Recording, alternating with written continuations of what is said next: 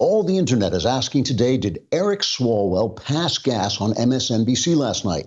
Also asking, who is Eric Swalwell? What is MSNBC? Did you have absolutely nothing else to do last night?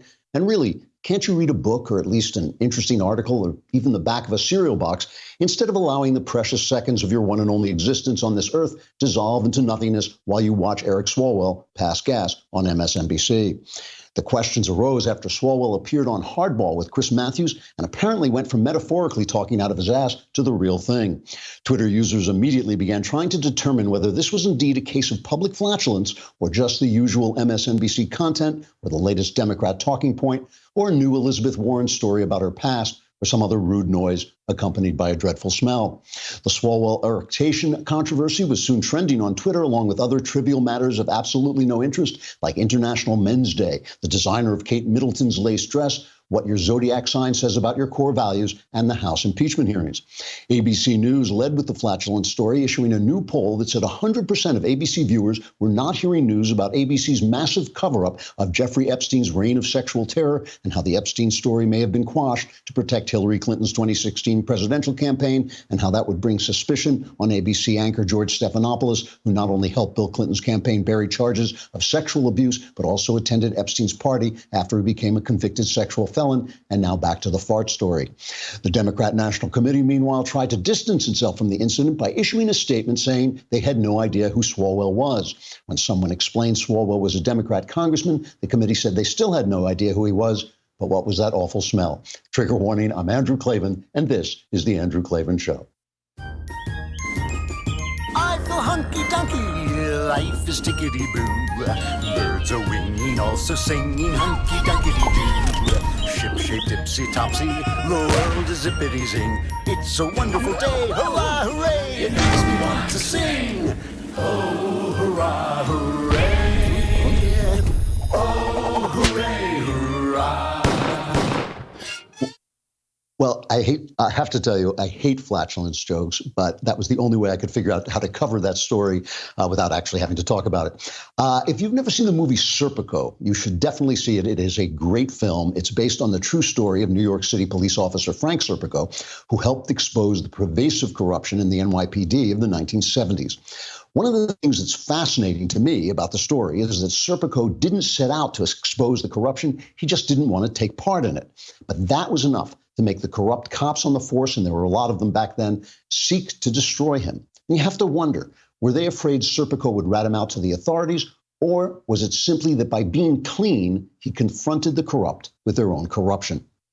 No one would make the claim that Donald Trump has led a blameless life, but whatever his flaws, he does not seem to have been a part of the massive cancer of power-grabbing decadence that has spread through what Andrew Breitbart used to call the Democrat media complex. The slow and relentless transfer of power from the people and their chosen representatives to a massive network of unelected and unaccountable agencies and their bureaucrats. The symbiotic relationship between that deep state and the corporations they can regulate, and the domination of our news media by those corporations.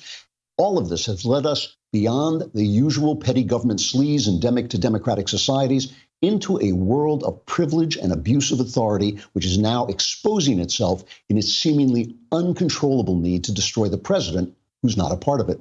Anonymous spies who leak inside government information to a news media who then report the leaks without giving us any sense of their informant's agenda. And then they tell us to be grateful that faceless bureaucrats and a one-party press have our best interests at heart.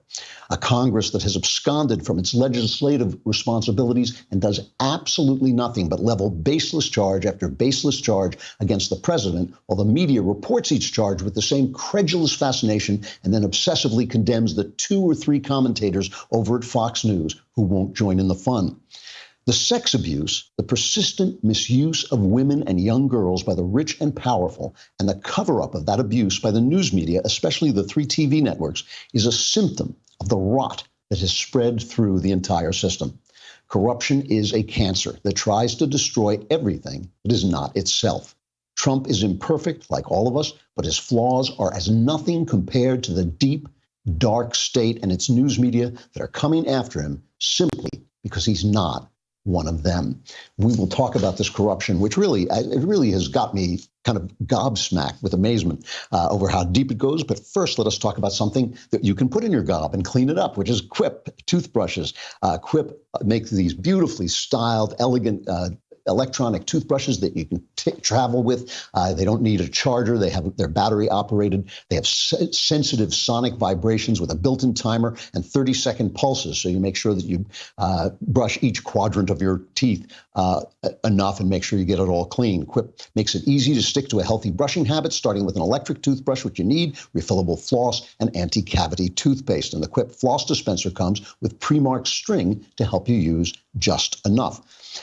Quip delivers fresh brush head, floss, and toothpaste refills to your door every 3 months with free shipping, so your routine is always right. Join over 3 million healthy mouths and get Quip today, starting at $20.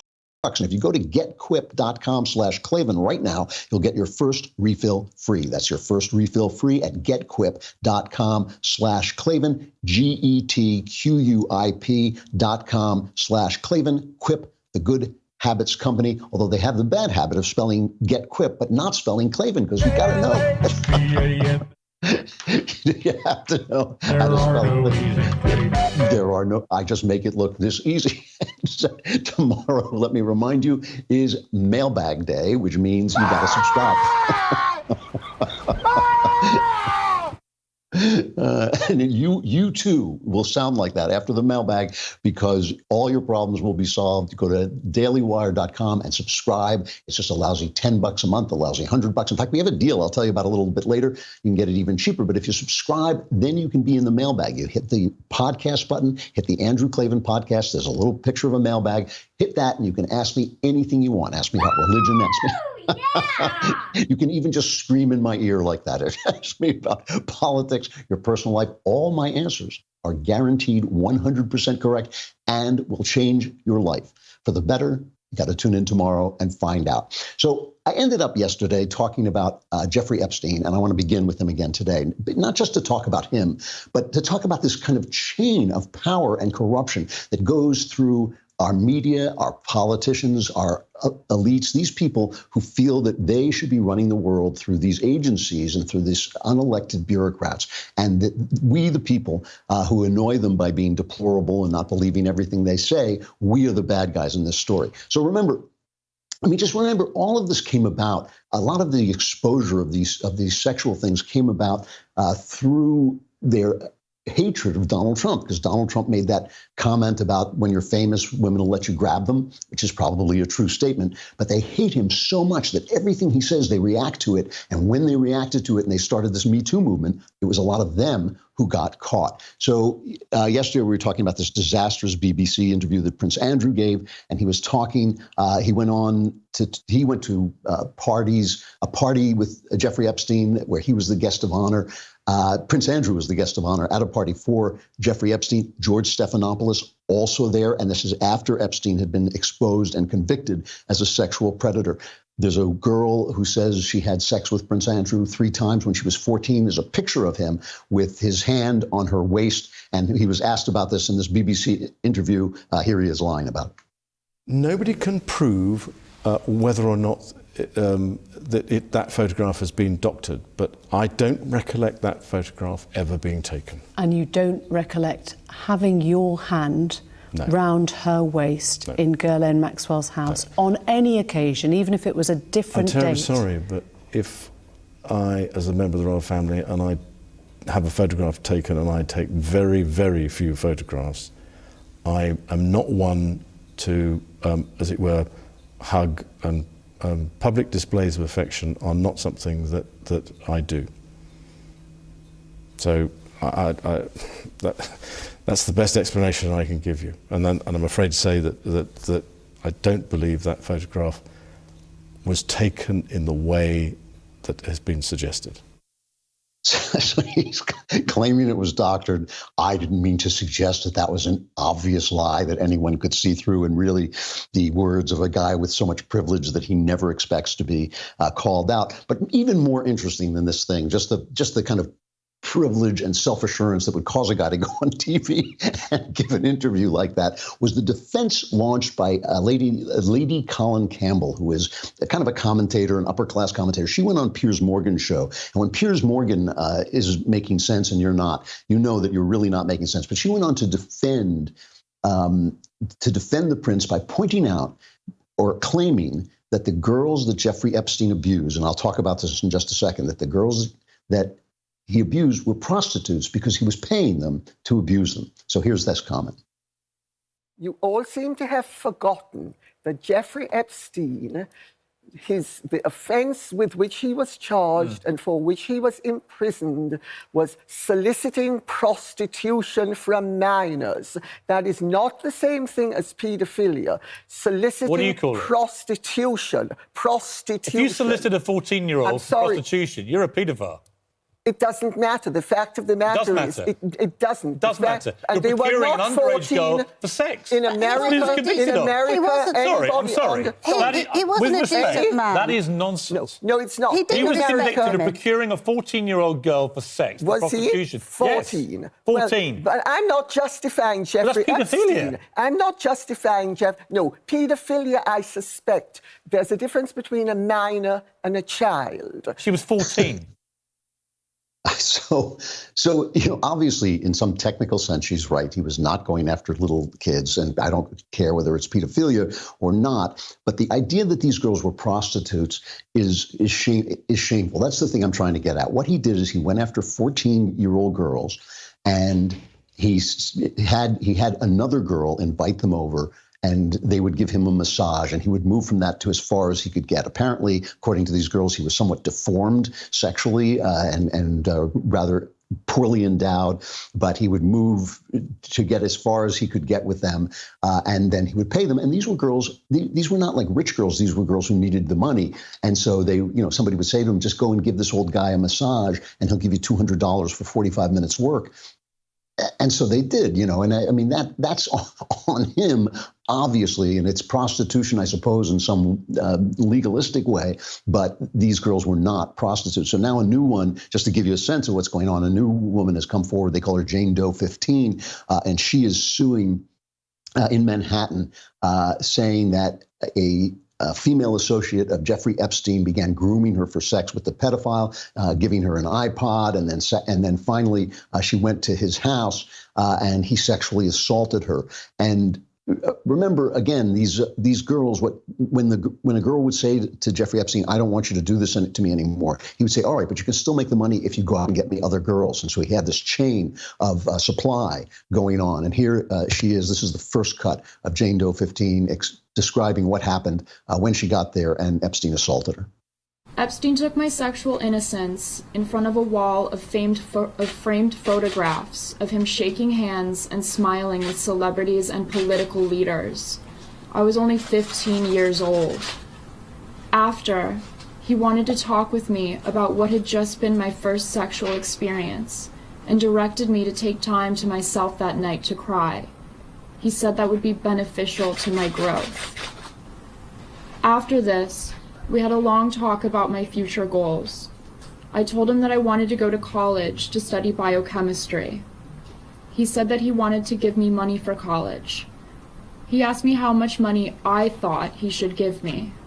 At 15 years old, living in northern Michigan with my mother, stepfather, and grandfather, I had no idea how to respond to a billionaire who had just raped me.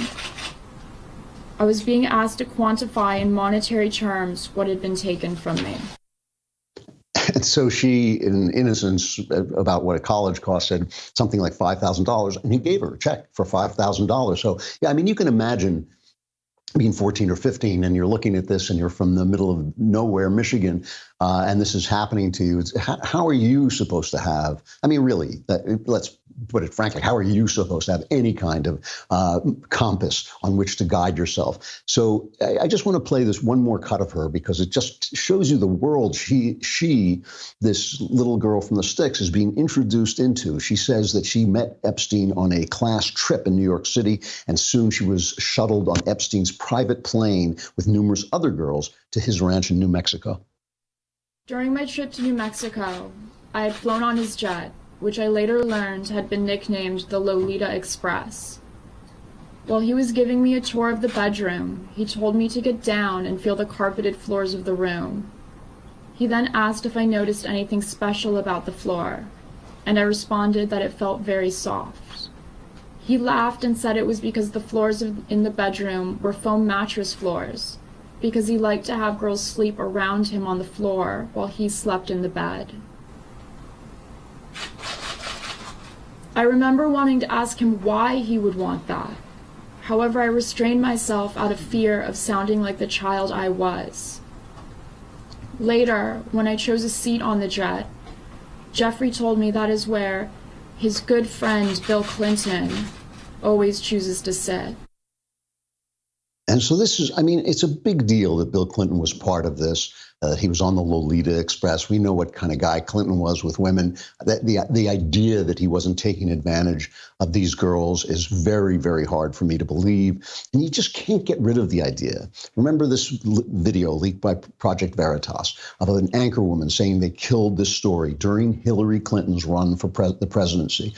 And I have no information that George Stephanopoulos did anything wrong, and I'm not accusing him. But if I were a journalist, that would be the first question that would come into my mind. The first question that would come into my mind would be, you know, did George Stephanopoulos, a guy who once told Hillary Clinton that he loved her, he said, "I love you, Hillary," it's in his memoir, did he have anything to do with killing a story that would have scuttled Hillary Clinton's campaign? We know, we have videos, it's on YouTube, we have videos of George Stephanopoulos basically bullying reporters into not reporting what they then called bimbo eruptions, the women who had been abused by Bill Clinton coming out and saying anything, and there was George Stephanopoulos to shut them down. So we know he did this. We know he did this. So that would be what a journalist would want to know next. That would be what any journalist would want to know. You would be curious about this. Instead, all three morning shows have participated in burying this story and stories like it. You know, Kevin McCarthy, the minority leader, wrote a letter to ABC saying, what the hell? You know, what the hell were you doing? Killing this story? At least you could have notified the authorities. Here he is talking to Fox, who actually is covering the story. Remember, and she also had a witness come forward that had pictures, that had Clinton involved and others. I'm not talking about the editorial authority of ABC, but I think they have a moral authority to answer these questions. What outside influence stopped this story? Because would another victim come forward again? Would we have stopped and saved other young women and men from human trafficking? And all three networks buried this story. All three networks buried the fact that McCarthy wrote them this letter and wants to know the answer. Let me stop here for just a second and talk about Wise Foods, because all of us live in a disaster area. Every one of us. There's something that could happen no matter where you are that could shut down electricity, that could make it difficult for first responders to get to you, that could put you and your family in danger. This is not some kind of panic thing. It's just an ordinary precaution to have food on hand. Wise Foods make the kind of food that you will need. All their ingredients are chef prepared internally by the Wise Company. They cut out the middleman. They pass the savings on to you. They supply fresh food and water. All you need is 4 cups of water. And then it doesn't even need to be hot. And you take the contents of the pouch they give you, pour them into the water, stir, cover it, and that's it. In 15 minutes, you've got a meal ready to eat. There's no excuse for waiting until it's too late. Wise Emergency Food is an investment in peace of mind. And my listeners have VIP access to the Black Friday sales event from my friends at Wise Company. Text WISE, W-I-S-E, to 29691, 29691, and you'll get a reply with the early access link. If you've been on the fence about getting prepared or are looking to add more, this is the best time to do it. There's no other time of the year when so many of their products are discounted like this. Some are 70% off. In addition to that, if you text WISE to 29691, you'll be sent a $10 coupon code that can be used towards any item on their website. No exclusions. That's WISE to 29691. Shipping is free for my listeners. Text WISE to 29691 for ongoing automated text offers from Wise Company. Message and data rates may apply. Visit wisefoodstorage.com for privacy and terms. Just one more update on the Epstein story. 2 guards have been reportedly arrested, or at least are at least are in custody. Federal authorities have reportedly arrested Michael Thomas and Tova Noel. These are two of Jeffrey Epstein's guards at the Manhattan MCC Detention Center in New York City, where he hanged himself or was hanged or whatever happened. And they're, interestingly, according to NBC News and CNN, they are charged with falsifying records, which is interesting because obviously there was nobody there.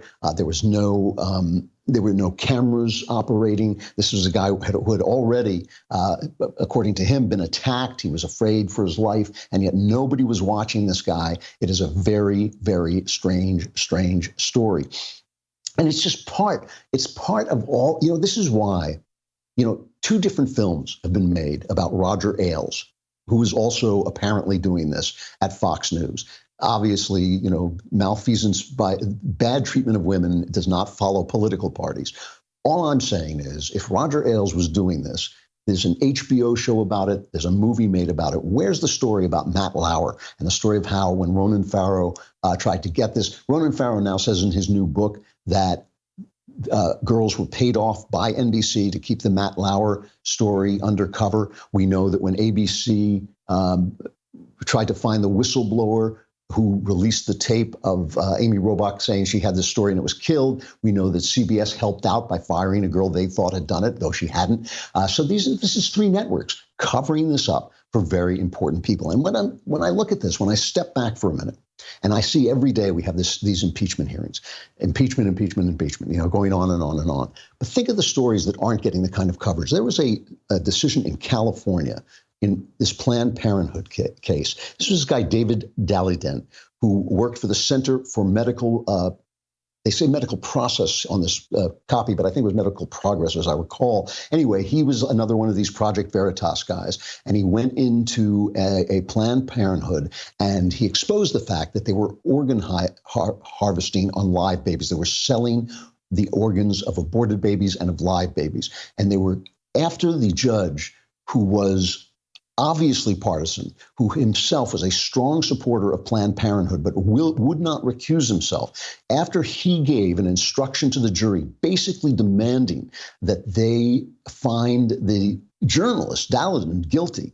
Planned Parenthood was awarded millions in damages, something about like close to $900,000 that are going to fall on this guy's head. So this means if you're a journalist, if you get a big story against Planned Parenthood and you get a judge, obviously a left-wing judge, right, who supports Planned Parenthood, who basically funded a place that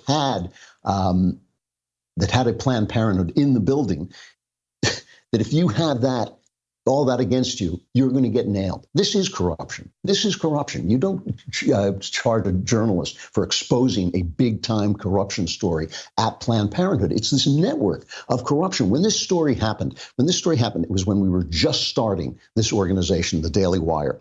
And the way they reported the story, it was all about how these videos that showed what was going on had been edited. And they hadn't been edited. They'd been edited for space. But once they released the videos, he had these people dead to rights. So they were harvesting babies' organs and selling them. That's what they were doing. The first video I ever made for this place was about this story. And it was so shocking that they wouldn't let me put the Daily Wire's name on it because they hadn't gotten used to me yet. I think if I did it today, they would let me get away with it. But this is a very handsome younger version of me.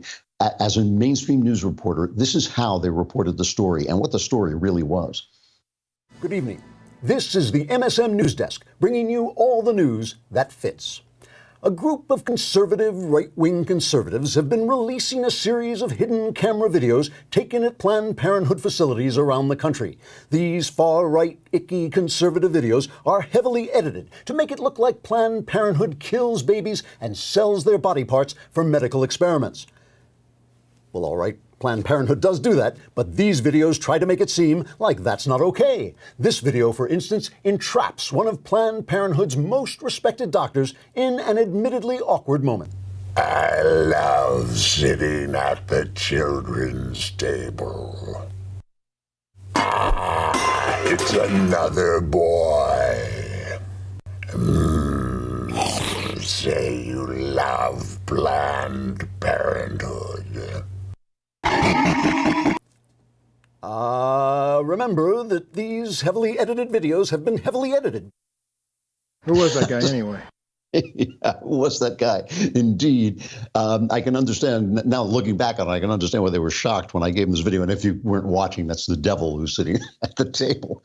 You know, so this is corruption on Planned Parenthood's part. I accuse the judge of corruption. I think the judge was absolutely should have recused himself, and that his instructions to the jury was unfair. The press was corrupt. It is a network. It's a network of a belief system network that is riddled with corruption because they view anybody who opposes it as the bad guy. It's just like Serpico. If you oppose it, you don't even have to try and stop them. Just opposing it makes them feel guilty because they know what they're doing. And meanwhile, you know, I'm not a big Roger Stone fan. I always dislike these guys like Avenatti and Roger Stone, these guys who kind of parade themselves as fixers and tough guys. They're always the first guys to break whenever they're accused of anything. But Roger Stone didn't break. And he was accused of lying and intimidating witnesses, or at least tampering with witnesses in the Mueller probe. And so they convicted him. He's facing of lying and all this stuff. And I don't know what they will sentence him to, but he could be put in prison for the rest of his life. He could be put in prison for the rest of his life, okay? This is for getting in the way of the Mueller probe, which was a complete deep state setup, right? It was something that didn't have to happen. It was about a crime that never took place. And so, you know, the jury says he did it. The jury says he lied. The jury says he tampered with witnesses, shouldn't have done that. But really, he goes to prison for life. And, you know, this guy who exposes Planned Parenthood, he gets nailed for it. I mean, this is one-way justice. It is one-way justice, and it is all connected. It is all connected to a sense that the state is supposed to be running things and not the people running the state. Ilhan Omar is another one. She, according to the New York Post, paid $150,000 to a consulting group 3 months after the Post first revealed that they were romantically involved. She was funneling money to her lover through her campaign. Al Sharpton was taking $1 million from his own charity last year, also according to the New York Post. Sharpton got a $324,000 salary, 32% higher than his 2017 pay. I get a 32% raise every year, too. And in addition to $159,000 bonus, $563,000 in other compensations. I mean, this guy, you know, this guy is the heart of darkness, Al Sharpton, and has been for a long time. But again, all this corruption, and every day, all we hear is Trump, Trump, Trump, Trump, Trump. And what did he do? What did he do? Well, we'll talk about that in a second. I'm going to take a break. Don't forget that tomorrow is the mailbag. You want to subscribe now? You want to be... I'm telling you, you will have all your problems solved, and you will sound exactly like this. And the thing is, right now, you can get a good deal on a subscription in honor of the hilarious Self-Owned by Liz Warren, who tweeted that she was selling a Billionaire's Tears mug, which she stole from us because we have the one and only Leftist Tears mug, Leftist Tears tumbler, which of course is made from the dust of unicorn horns and solid gold and Valerian steel mixed together on the thigh of a virgin and rolled into our Leftist Tears tumbler. But she decided she was going to put out the Billionaire Tears mug. So if you send us the code word, what is it? It is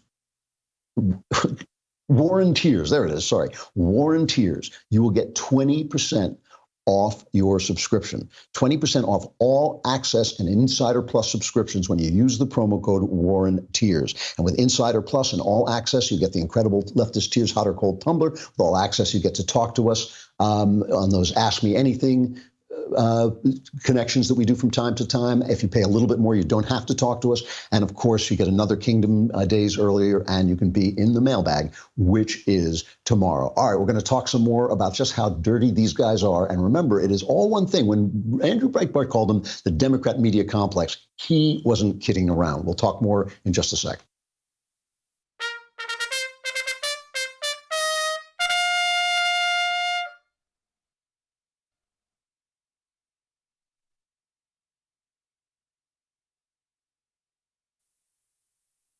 All right, everyone is attacking Bill Barr, the Attorney General, for a speech he made at the Federalist Club. Now, the Federalist Club is a highly successful right-wing group, right-wing conservative group that basically wanted to breed constitutionalist judges. Not right-wing or conservative judges, but judges who read the Constitution as it was meant to be read. People who were not activists to get them on the Supreme Court.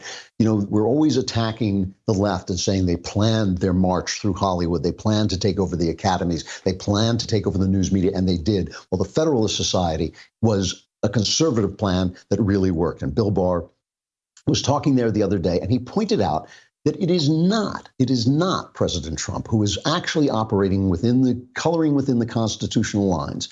It is the left who is breaking the rules and has been for a number of years. Immediately after President Trump won election, opponents inaugurated what they called the resistance. And they rallied around an explicit strategy of using every tool and maneuver to sabotage the functioning of the executive branch and his administration. The fact of the matter is that in waging a scorched earth, no-holds-barred war of resistance against this administration, it is the left that is engaged in the systematic shredding of norms and undermining the rule of law. And how can this not be so? I mean, how can it not be so when the right appoints judges who interpret the Constitution? Some of the rulings that have been coming down from the Supreme Court with the help of Gorsuch have been results that the left wants, but they have been decided on grounds that the right wants, namely what is the right interpretation of the Constitution. It is only the left. Every time the left loses, they want to destroy the system. They go after the system. If they lose an election, they want to go after the Electoral College. If they lose the majority on the Supreme Court, they want to go after the Supreme Court and stack the Supreme Court. And if they start losing arguments, they want to ban free speech and declare that anybody who disagrees with them is hate speech. And it's just important to realize, because this is the difference. It's not that political parties haven't always had a corrupt side to them. It's not that democracies don't have a corrupt side. The important thing now is that the press, the corporate press, which is most of the press, which is most of the information you're getting, is part of this. Devin Nunes or Nunu or Nono, is at these impeachment hearings, took some of his time to outline the way the press has been covering these stories from Russian collusion on. Listen to this. New York Times. Trump campaign aides had repeated contacts with Russian intelligence. Also false. Slate. Was a Trump server communicating with Russia? This was false. New York Magazine. Will Trump be meeting with his counterpart or his handler? This was false. The Guardian. Manafort held secret talks with Assange and Ecuadorian embassy. Also false. BuzzFeed. President Trump directed his attorney to lie to Congress about the Moscow Tower project. All of these were false. There was no objectivity or fairness in the media's Russia stories, just as a fevered rush to tarnish and remove a president who refuses to pretend that the media are something different from what they really are, puppets of the Democratic Party. You know, it is about time, and it is because of Trump, it's about time the the Republican Party started saying this. It is about time the Republican Party saying this. When you run for office as a Republican, your opponent is the press. When you try to pass a law as a Republican, your opponent is the press. If you haven't got the guts, if you haven't got the fortitude, if you haven't got the spine to stand up to the New York Times and ABC and NBC and CBS News, you better not go into this business as a Republican. Because if you are a Democrat, as we now know, and you are raping young women, they'll cover up for you. They will cover up for you. But if you get on the phone and say to the guy in Ukraine, maybe you ought to investigate some corruption in the Democrat Party, they will come after you. And the Democrats and the press are doing this together. Do you remember, you know how they were saying this was a quid pro quo, it was a quid pro quo? They have all these documents from the testimony that was the secret testimony that was going on in Adam Schiff's treehouse where no girls are allowed, and they have all these documents. Not once, one time in 3,500 pages. John Ratcliffe pointed this out. is the word bribery used. What they were looking for was a quid pro quo. And then the press started to catch on the fact that people are not, these impeachment hearings are not making people in favor of impeachment. In fact, the people in favor of impeachment, the numbers are falling according to the polls, though it's really hard to tell. These polls are so dishonest at this point and so incompetent at this point, it's hard to tell. So the press started saying, you've got to stop using quid pro quo. You've got to start using things that people, these dumb, deplorable people out there can understand. Newsbusters, they do such a great job. I love Newsbusters. They put out a montage of the press informing the Democrats what they should say and the Democrats taking their marching orders from the press. A lot of the initial messaging and all of this uproar involved the words quid pro quo. Do Democrats, Congresswomen, need to fine-tune their language? Why does everyone keep saying quid pro quo? Yeah, who the hell knows what that means, right? People don't get quid pro quo. Which, one, is hard to say very quickly. Quid pro quo might be too complicated. And two, might get lost on some people. I mean, it's like an SAT word. Quid pro quo, people may not understand. How dangerous can these hearings be for Democrats if they can't get the public to understand what happened? Please stop saying quid pro quo. Enough with the Latin. What Trump did was bribery. It's not about a quid pro quo. Bribery. Stay away from the sort of legalistic Latin arguments we've heard. Don't use the Latin. Don't use the Latin. Just use the word bribery instead of quid pro quo. Yeah. Instead of the quid pro quo. The devastating testimony corroborated evidence of bribery. Quid pro quo, bribery. Bribery. Bribery is, for the public at large, easier to understand than quid pro quo. This is the first time Speaker Pelosi has made the specific bribery case against Donald Trump. And several other key Democrats have also recently discussed bribery as the article of impeachment that they may lead with against Donald Trump. So this is all brand new this week. It is all...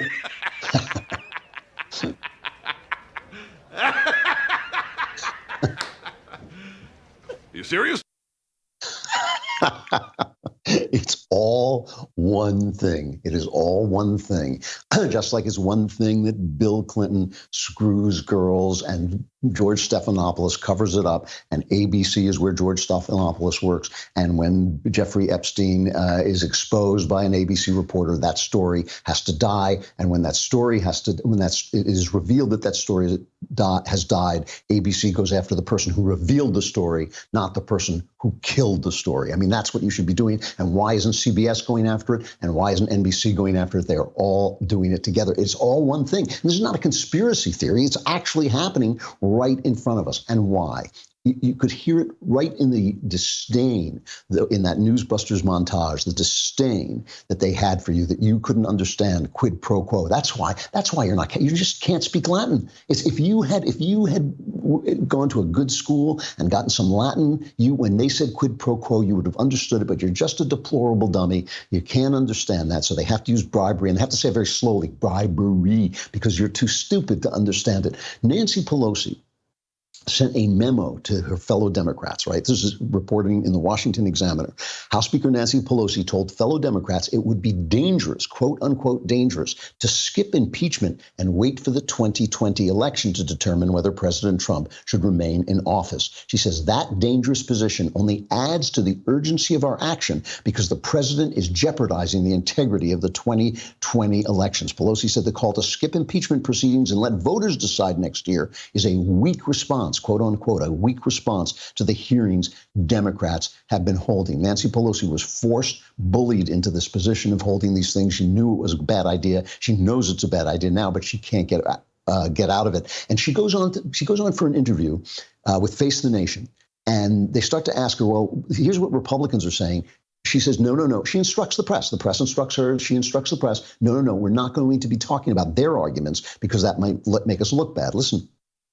I don't think the president has had a good week. Well, Republicans argue here. You know what?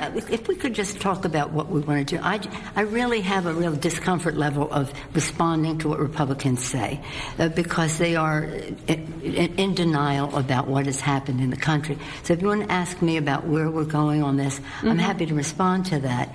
But I find it a waste of my time and yours to just be talking about what Republicans say. Well, I want to just let you respond, though, to the argument that's being made in messaging by Republicans here, that the grounds for the impeachment... Let it stand. Let their arguments stand, because it's on such quicksand that I don't even want to have it given any more visibility.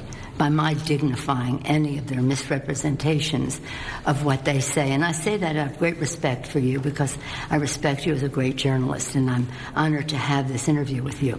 But I say to everybody else, I'm not here to talk about what they say, because they're not facing the reality of what is happening to our country. Stupid is, stupid does, sir. So all the reality takes place in Nancy Pelosi's mind, and anyone who disagrees with it had better be quiet. It's like that Woody Allen character. Don't speak, don't speak. She's not going to let that reporter talk to her about Republicans, and the reporter doesn't. She doesn't, of course not. So let's just sum up for this for a minute. Okay, Bill Clinton, when he was running for president and while he was president, was accused of sexual malfeasance, including exposing himself to women, including rape. George Stephanopoulos, who worked for Bill Clinton, was on hand to make sure those stories didn't break out, those bimbo eruptions, as he called them, make sure they didn't break out. Now George Stephanopoulos has moved on from there to become the lead anchorman on ABC. So now Bill Clinton is traveling with Jeffrey Epstein on the Lolita Express. The network George Stephanopoulos works for gets that story, kills that story during the Hillary Clinton election.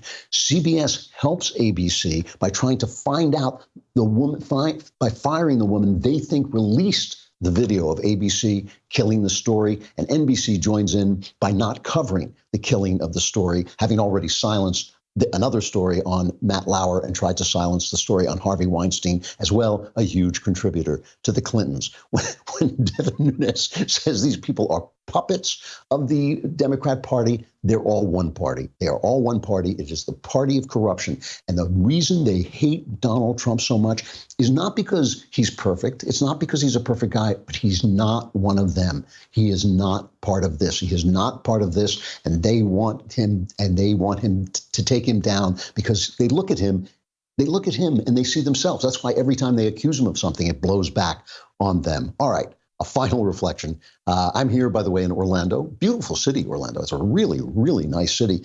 And I will be talking at where am I going to be talking? Does anybody know? Do I ever know before I get there? It's the University of Central Florida, the University of Central Florida, where I will be talking tonight. And then I will be back here tomorrow and then come home.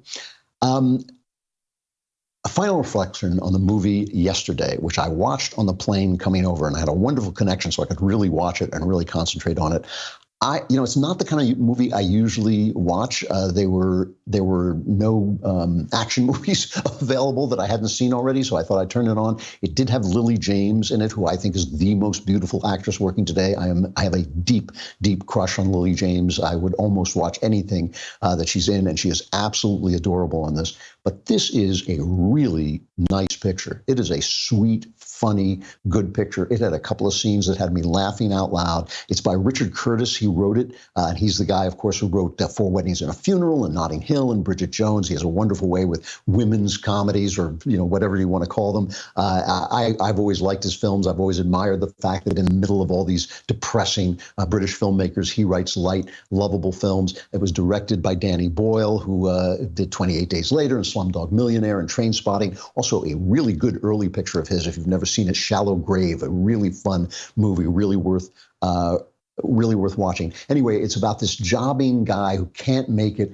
as a singer. He's played by Himesh Patel, and he can't make it as a rock and roller. And he wakes up one day, and by magic, everyone has forgotten the Beatles. So he's the only person left who knows all the Beatles songs. So he's sitting around and with his pals, and they say, well, play us a song. And he plays Yesterday, and this is their reaction. When did you write that? I didn't write it. Paul McCartney wrote it. The Beatles. Who? The Beatles. The what? John, Paul, George and Ringo, the Beatles. Which Beatles is this? The insect Beatles or the car Beatles? The pop group Beatles. Nick, help me out here. Right, yes. There's this problem with musicians. They presume everyone else has this encyclopedic knowledge of obscure pop and make you feel stupid when you haven't heard of bands, like Neutral Milk Hotel or the Monophonics, or in this case, the Beatles. Wow, this is the most complicated joke I've ever heard. Nice song, though. It's not a nice song. No, it is, mate. Don't do yourself down just because you look like a cartoon character. It's a very nice It's not a song. very nice song, Nick. It's one of the greatest songs ever written. Well, it's not Coldplay. It's not Fix You. It's not bloody Fix You, Carol. It's a great, great work of art. Somebody suddenly got very cocky. It is really funny stuff. The scene where he tries to play Let It Be for his parents is absolutely hilarious. Just a really good, feel-good movie with an excellent final scene, pre-final scene, the scene that kind of turns the picture around. Wonderful scene, a lot of actual wisdom in it, a lot of smarts. Richard Curtis really delivers. It hasn't gotten that good reviews. I don't know why, but I thought it was absolutely charming and worth watching. And Danny Boyle does a great job and directed. And again, Lily James, anything she's in, I am there. All right, I got to stop. We'll go give my speech tonight, and I'll be back here tomorrow with the mailbag. So get your questions in. Go to dailywire.com, hit the podcast button, hit the Andrew Klavan podcast, hit that mailbag button, and ask me anything. All your problems will be solved right here on the Andrew Klavan Show. I'm Andrew Klavan. K-L-A-V-A-N, there are no easy things.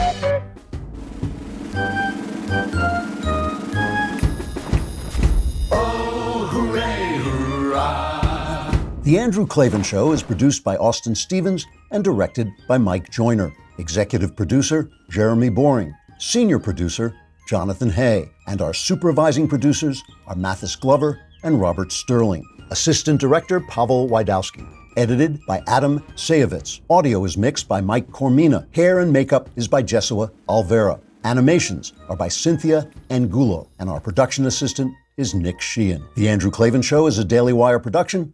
Copyright Daily Wire 2019. On the Matt Walsh Show, we're not just discussing politics. We're talking culture, faith, family, all of the things that are really important to you. So come join the conversation.